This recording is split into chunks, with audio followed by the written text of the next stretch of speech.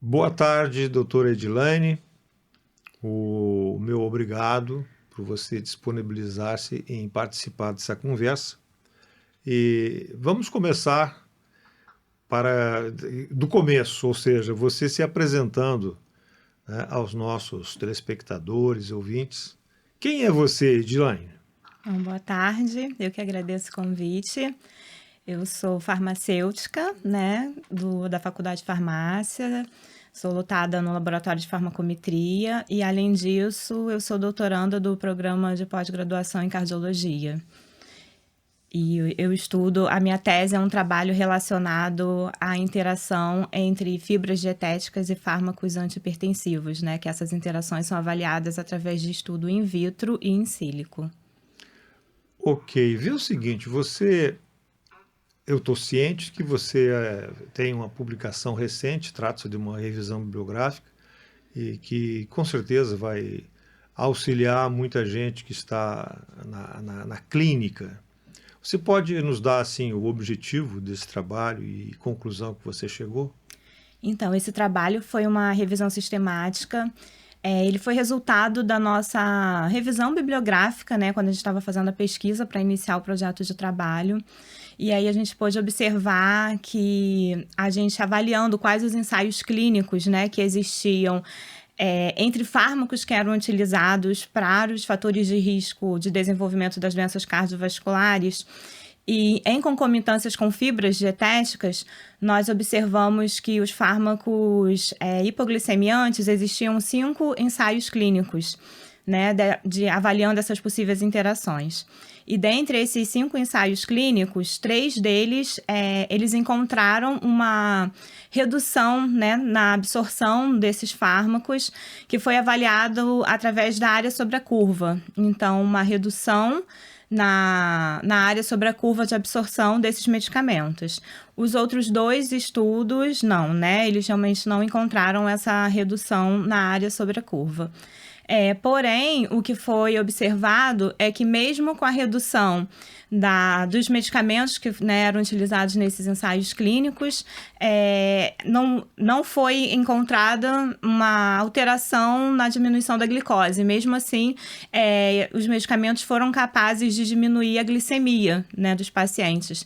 Então, isso foi associado a provavelmente um efeito aditivo da própria fibra com o medicamento, uma vez que a fibra também tem o efeito hipoglicemiante. Então, mesmo havendo uma redução nas concentrações desses fármacos, esse efeito hipoglicêmico da fibra compensaria, né? E então não teria uma relevância clínica tão grande. Então a gente pode dizer que a relevância clínica nesse estudo não foi demonstrada. A gente pode extrapolar esse resultado para outras situações, Edilane? Não. A gente sabe que esse foi um caso específico que estudos vêm demonstrando que essa interação depende de características físico-químicas da fibra, do fármaco e também muitas vezes das características fisiológicas do próprio paciente. Também outras medicações que ele está tomando em concomitância. Então, a gente não pode extrapolar o fato de não ter tido relevância clínica para outros medicamentos. A gente sabe que o seu trabalho experimental, dentro do seu projeto de doutorado, que está finalizando, contemplou um estudo, né, que despertou a curiosidade de muita gente. Você pode falar um pouquinho sobre esse estudo? Então, o meu trabalho experimental do meu doutorado, ele foi uma avaliação in vitro e in sílico das possíveis interações entre fármacos antihipertensivos que são utilizados na farmácia popular. Então, são fármacos que são distribuídos gratuitamente pelo SUS, então, que bastante utilizados pela população brasileira, e a possível interação com fibras dietéticas solúveis. Então, dentre todas as fibras e todos os fármacos que nós estudamos, nós encontramos uma possível interação com o fármaco losartana potássica e a fibra beta-glucana do farelo de aveia. Então, essa interação, uma interação assim, bastante interessante, né? Principalmente se a gente leva em consideração que a fibra, né, beta-glucana da aveia, ela é muito utilizada no Brasil. Nós somos um dos maiores produtores e consumidores, né, dessa fibra, e que realmente a população brasileira vem utilizando, e os nutricionistas vêm indicando farelo de aveia, né, flocos de aveia com bastante constância. Então, a gente tem que se preocupar com essa interação, né? Edi, o estudo de interação em fibras, na verdade, ele não tem despertado muito interesse, são poucos trabalhos. Mas dentre esses poucos trabalhos que estão na literatura, o seu distingue-se de alguma maneira específica em relação aos demais? O que o seu trabalho tem de diferencial? Então, o meu trabalho, além da gente avaliar por método in vitro, nós avaliamos também in sílico. Então, quais seriam as possíveis ligações intermoleculares que estariam ocorrendo entre essas fibras e esses fármacos?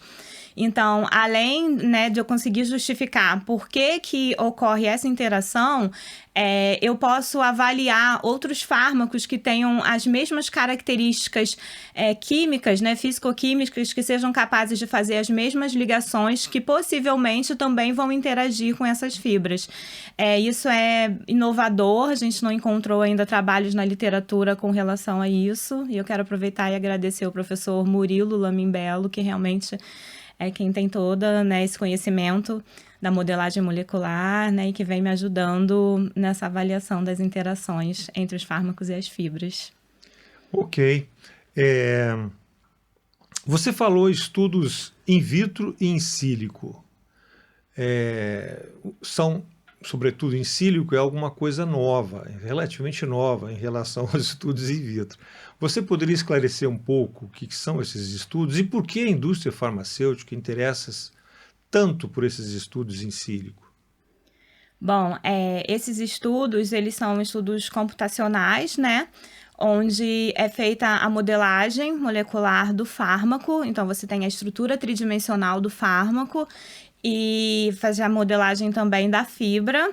E aí você consegue avaliar quais são as possíveis ligações que existem entre essa fibra e o fármaco na formação do complexo entre eles dois.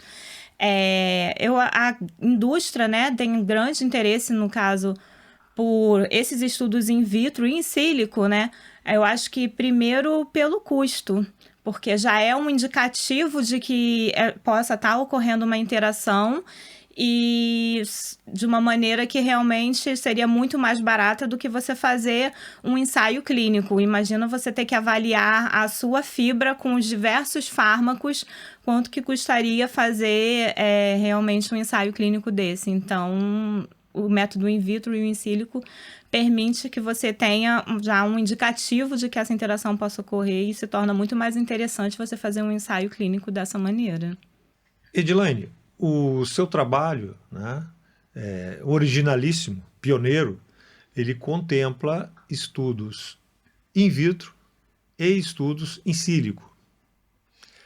De qualquer maneira, ainda está longe dos resultados clínicos, mas ele tem chance de auxiliar o prescritor na clínica? Então, nós sabemos que os estudos in vitro e in sílico, eles têm algumas vantagens e desvantagens, né? E a principal desvantagem desse estudo seria possivelmente avaliar a relevância clínica desses resultados que nós encontramos.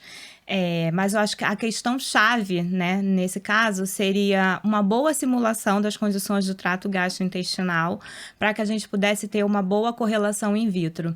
Então, esses resultados que nós encontramos em estudos in vitro, in sílico, eles realmente são preditivos, né, do que a gente pode vir a encontrar em vivo. Então, o que a gente deve fazer realmente está orientando os pacientes para que haja um afastamento, né, entre o horário de administração do medicamento e esses alimentos que podem causar as interações, então, para que eles não sejam administrados em concomitância, uma vez que a gente já tem esse possível resultado, né, de interação entre eles. Ótimo. Veja o seguinte, Edilaine, nosso tempo está chegando ao fim, mas você tem espaço ainda para acrescentar alguma coisa, a não ser que você prefira acrescentar essa alguma coisa no curso Quebrando o Bioativo, do qual você vai participar.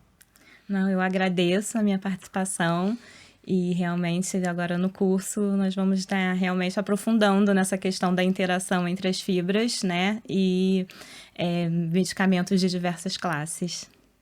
Obrigado.